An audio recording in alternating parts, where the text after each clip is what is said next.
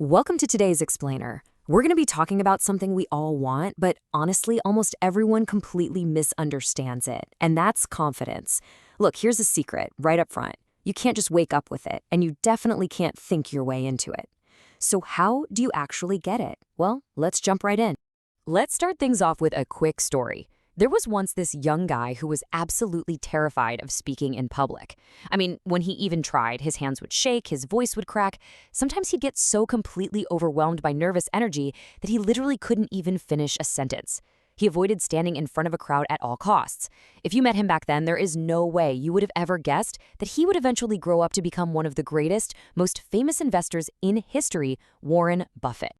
Fast forward to today, and Warren Buffett speaks to thousands of people with this remarkable, effortless calm. But he wasn't born with that confidence, and he didn't just sit around waiting for some magical motivational speech to fix him. He took a course. He failed. He practiced again. Action came first. Little by little, his brain simply stopped seeing the crowd as a threat. The fear didn't magically disappear before he took the stage. The action came first, and then the confidence followed. Okay, let's dive into this, because this right here is where almost everyone gets it totally backward. The myth we're all fed is that confidence creates action. But the reality? Action creates confidence. Think about it like standing at the edge of a freezing cold swimming pool. Your brain is screaming, "It's way too cold, I'll jump in when I feel ready." So you wait, 5 minutes, 10 minutes, but that feeling of readiness, it never arrives. Why? Because your brain isn't waiting to feel confident, it's waiting for proof that you're going to survive the jump.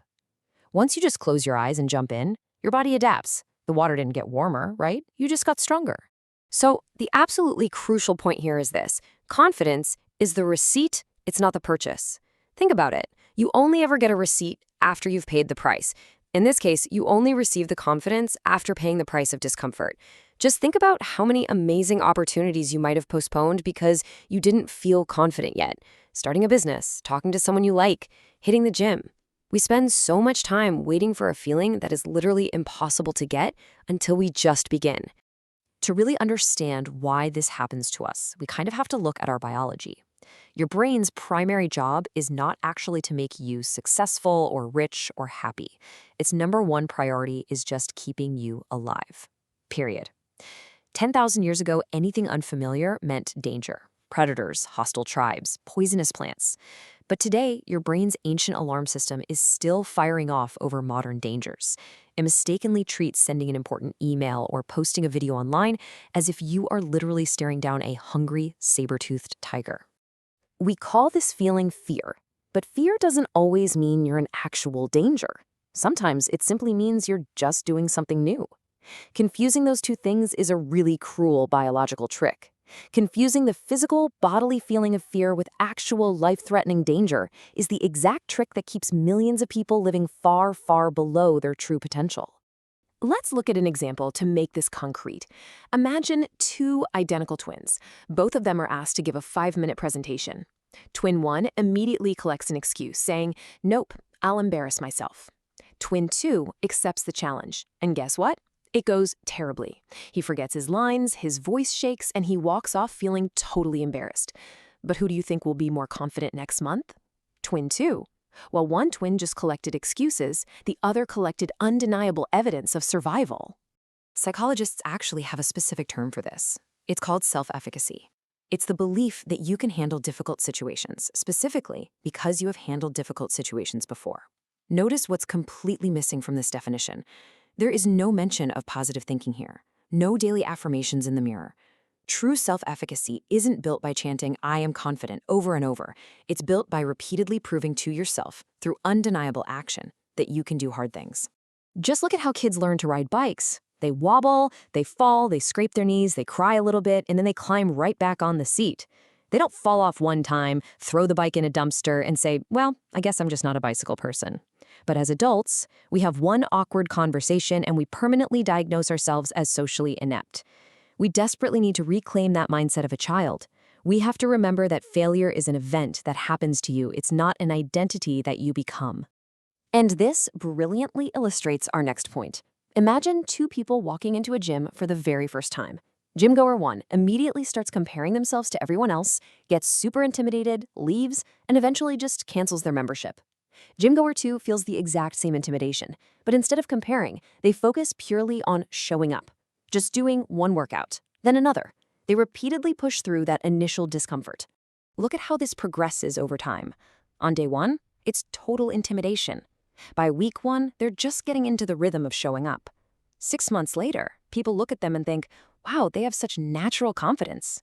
But it's not confidence at all. It's natural familiarity. Consistent action turns intimidation into familiarity, and familiarity is exactly what the outside world mistakes for natural confidence. Because here is a truly fascinating psychological truth. Your brain doesn't care what you say, it watches what you do. Your brain acts like a lead detective. You stand in the mirror and proudly say, I am fearless.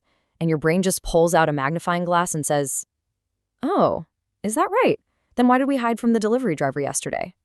Your brain collects undeniable behavioral evidence. Your actions are always going to speak louder to your own brain than your affirmations ever will. Now, what's really interesting about this is what we call the confidence loop. This is how complete transformation actually happens in real life. Step 1, you take a small, uncomfortable action. Step 2, that action creates real, tangible evidence. Step 3, that evidence changes your internal belief. And step 4, that new belief makes the next action easier. Learning without action is honestly just entertainment, but learning followed by action, that equals complete transformation. And notice, the loop never begins with confidence. It always begins with action. Now, of course, as you try to take action, your inner critic is going to speak up. We all have that pessimistic voice whispering, people are judging you, don't even try. But remember our biology lesson from earlier? Your inner critic's job is not to predict your success. Its biological job is to predict danger and keep you safe. And very often, the safest choice directly opposes your goal of being successful. Safe absolutely does not equal successful. Think back to every major achievement in your life. Remember when you were first learning to drive? On day 1, you were probably totally overwhelmed by checking the mirrors, the pedals, and the steering wheel all at once. By month 1, you're getting comfortable. By year 1, you're practically driving on autopilot. The car didn't change, your brain did. Every highly confident person you see was once a stumbling, overwhelmed beginner. Confidence is simply uncertainty becoming familiar. There's this famous rule in psychology: neurons that fire together, wire together. Think of your brain like a really thick forest. The first time you walk through it, there's no path. You are literally pushing through thorns and bushes. It's tough. But if you walk that exact same route every single day, a clear, easy trail appears. Every single time you face a fear, you're literally carving a brand new neural pathway of courage right there in your brain. Let's move along and see how this builds. Imagine you've got 2 buttons inside your brain. Button 1 says avoid, button 2 says grow. Every single tiny challenge you faced asks you to press one of them. Avoid the difficult conversation or have it. Avoid the gym or walk inside. Each decision feels so tiny in the moment, but your brain is relentlessly keeping score. Every choice shapes the neural pathways that eventually harden into your fixed personality. Now, if you're worried about looking foolish while you're out there trying to grow, you really need to understand the spotlight effect. This is a psychological phenomenon where we dramatically overestimate how much other people actually notice us. Imagine walking into a crowded room with your shirt on backward. You think literally everyone is staring. But in reality, everyone is the main character of their own separate story, silently panicking about their own backward shirts and bad haircuts. Realizing that no one is actually scrutinizing you is incredibly freeing. And hey, even when people do happen to notice, embarrassment is not fatal. The most successful people in the world still face immense embarrassment all the time. Entrepreneurs launch huge businesses that go totally bankrupt. Pro athletes lose on the world stage. Actors forget their lines on live television. Authors get rejected hundreds of times. Successful people aren't magically protected from embarrassment. They simply refuse to be controlled by it. So how do you actually rewire your brain in a practical way? You start ridiculously small. If you want to be more social, step 1 is just smiling at someone. That's it. Step 2, maybe tomorrow, you just say hello. Step 3, the next day, you ask a simple question. You're just building tiny little pieces of evidence to eventually reshape your identity. People often mistakenly believe that massive change requires massive action. It really doesn't. Massive change just requires the willingness to take one tiny, uncomfortable step off your safe, flat ground. You know, the absolute hardest part of climbing a mountain isn't the altitude. It's taking that very first step away from where you are currently standing. Ultimately, confidence is not some personality trait you're just born with. It's a habit. It is a habit built by hundreds of kept promises to yourself. Every single time you choose courage over comfort, you are casting a vote for your future identity. One vote won't change you, but 100 votes, 100 tiny acts of courage, that will completely transform the whole shebang.